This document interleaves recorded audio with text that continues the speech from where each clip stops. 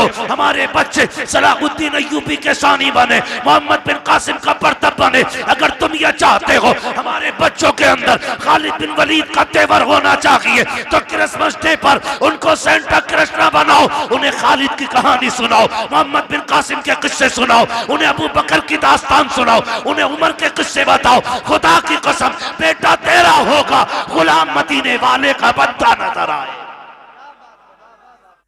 अल्लाह बेटा दे तो डांस ना करना, डीजे ना बजाना, तमाशे ना करना, इसलिए कि जो देना जानता है वो लेना भी जानता है। जो देना जानता है वो लेना भी जानता है। दिया भी उसी ने है, लेगा भी वही। उसे नाराज ना करना, बस इतना समझ लो, अपने रब को नाराज ना करना।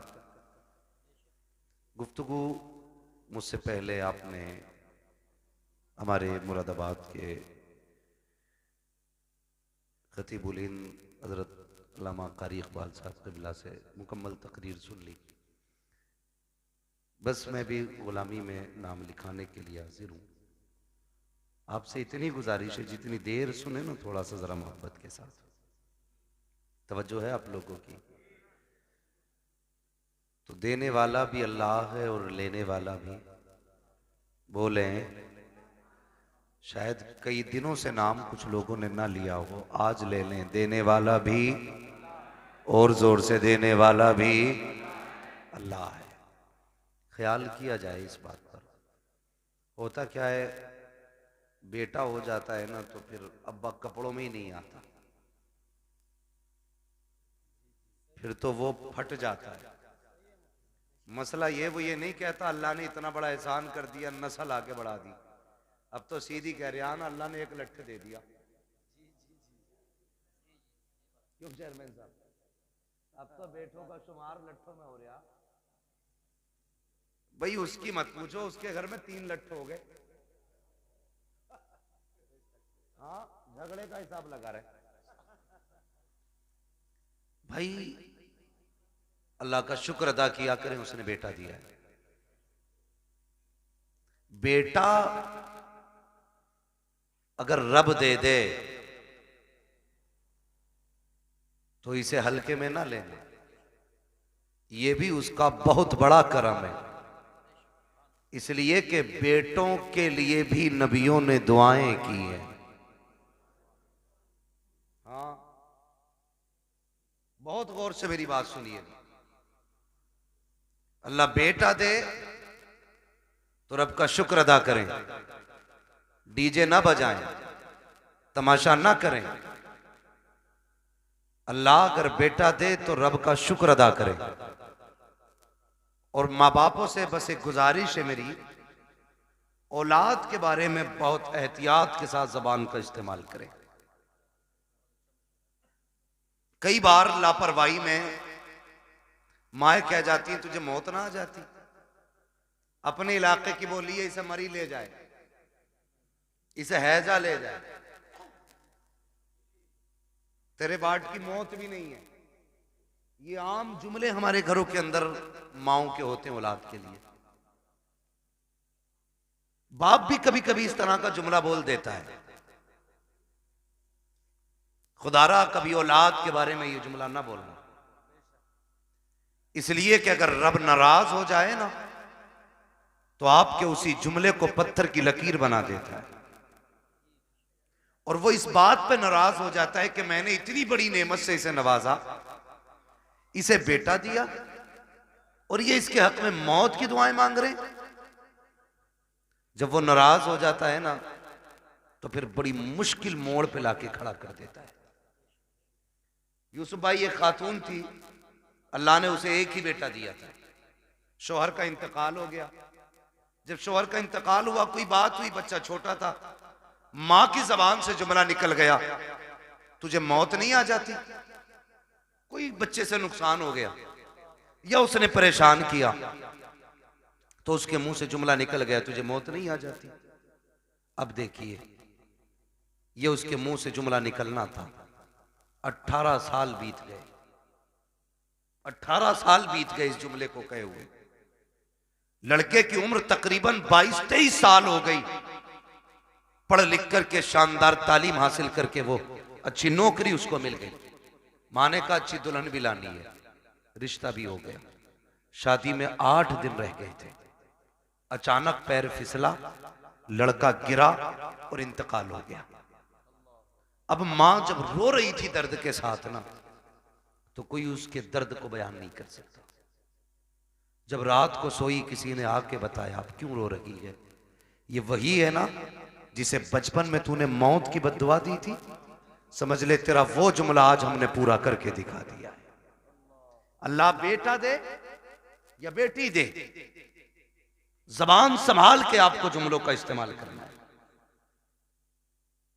कभी लापरवाही में भी मौत की दुआ मत देना ही, इसलिए कि मां बाप की जबान से निकले हुए जुमले कभी कभी पत्थर की लकीर होते हैं। और हम इस लापरवाही में रहते हैं। अब तो आ ही गए, अब तो जिएगा ना 18 साल, अभी तो इससे हमारी नस्लें चलेंगी आगे। मैंने पहले ही कहा था अल्लाह कादिर मुतलक है, वो देना भी जानता है तो लेना भी जानता है। उसकी नेमतों का शुक्रिया अदा किया करो। और मां बापों से गुजारिश है कि बच्चों से प्यार से बात किया करो। बच्चों के सामने आपसी झगड़े ना किया करो। मियां बीवी के झगड़ों में बच्चे बर्बाद हो जाते हैं। मियां बीवी के झगड़ों में बच्चे बर्बाद हो जाते हैं। वो कहते हैं ना लोग के मियां बीवी एक गाड़ी के 2 पहिए होते हैं। अगर साइकिल के 2 पहिए कह लिए जी आए, तो बताइए अगर साइकिल का एक पहिया पंचर हो जाए तो साइकिल कैसे चलती? देखी है ना कभी चलती हुई? ना ड्राइवर महफूज रहता है, ना साइकिल महफूज रहती है। और अगर दोनों ही पंचर हो जाए तो गाड़ी चलेगी? बोले नहीं चलेगी ना।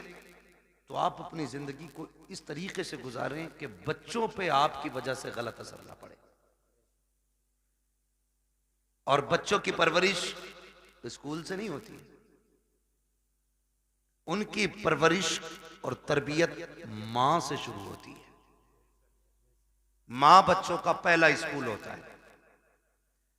अच्छा, मां स्कूल है तो बाप की भी तो कोई जिम्मेदारी होगी नहीं।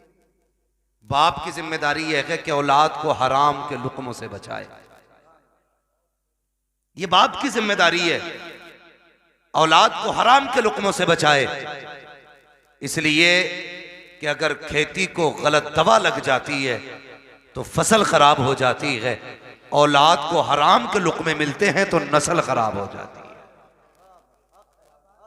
ये आपको पहला ख्याल बाप को करना है कि उसे हलाल के लुक्मे खिलाने, और फिर तरबियत कैसी करनी है ये मां को सोचना चाहिए।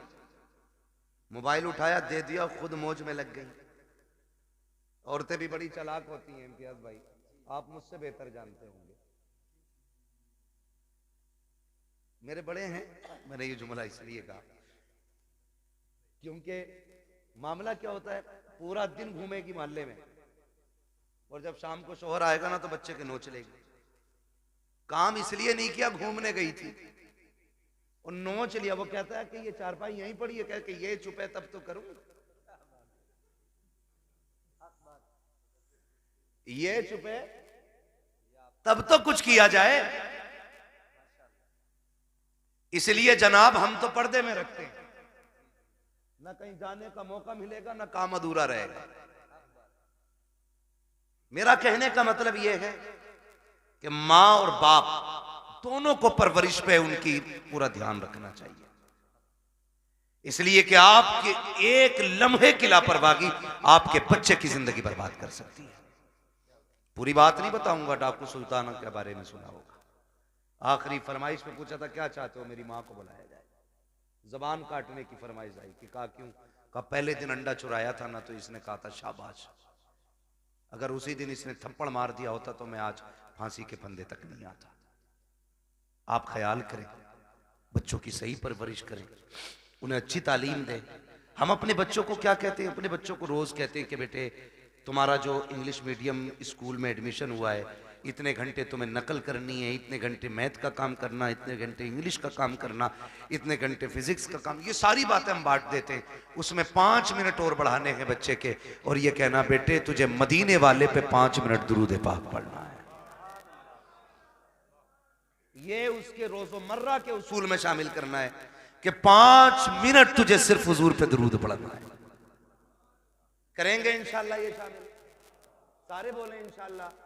हम भी ये अहद करें अपने दिन और रात के कुछ वक्त निकाल के उसमें से 5-10 मिनट हुजूर पे दुरूद पढ़ा करें।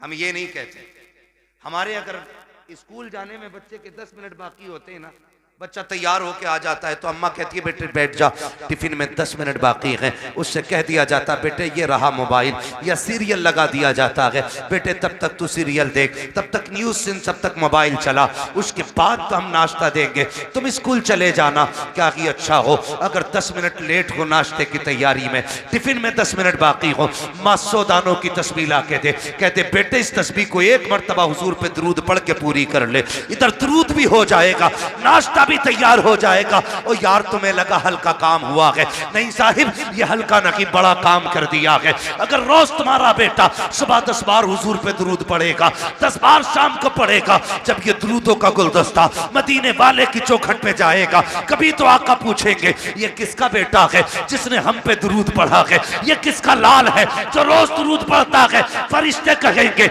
ये इम्तियाज बरकाती का बेटा है, ये मुफ्ती साहब का बेटा है, मोहम्मद अली फैजी का बेटा है, ये फला चेयरमैन का बेटा है, ये वसीम खान का बेटा है। जब उनकी चौखट पे तेरा नाम आ जाएगा, खुदा की कसम यहां आना भी कामयाब होगा, यहां से ज्यादा भी कामयाब होगा। लेकिन इतना माहौल बना ले, इतना माहौल बना ले,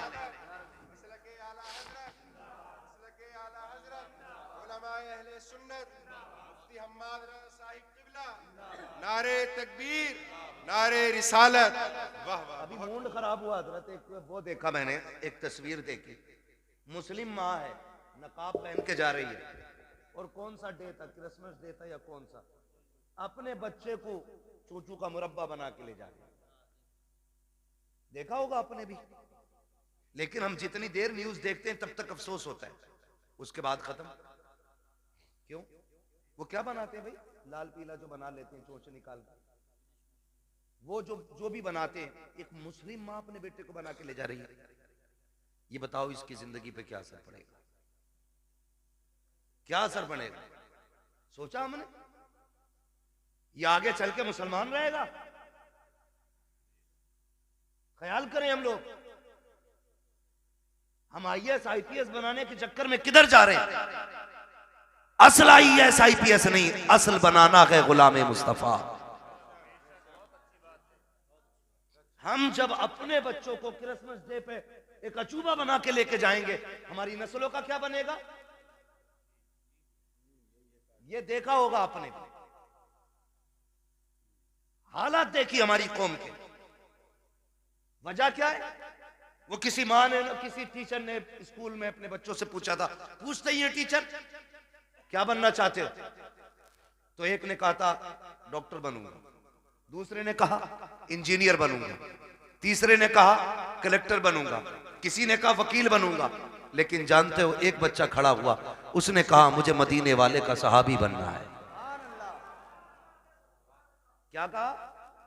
मदीने वाले का सहाबी बनना है। टीचर ने कहा बेटे ये कैसे हो सकता है, बता तो सही। इसने डॉक्टर बनने को कहा क्योंकि इसने डॉक्टरों को जाना है, इसने मास्टर की बात की क्योंकि ये मास्टर को जानता है। IAS IPS को इस दौर में हम लोग पाते हैं, इसलिए ये IPS बनना चाहते हैं। लेकिन तू बता, तू सहाबी रसूल बनना क्यों चाहता है? तुझे किसने बताया सहाबी रसूल कौन और क्या होता है? बच्चे ने बड़ी प्यारी बात कही थी, उसने कहा सुनिए टीचर, मेरी माँ मुझे उस वक्त तक सोने नहीं देती है जब तक हुजूर के एक सहाबी की कहानी नहीं सुना देती है, जब तक एक सहाबी का किस्सा नहीं सुनाती है।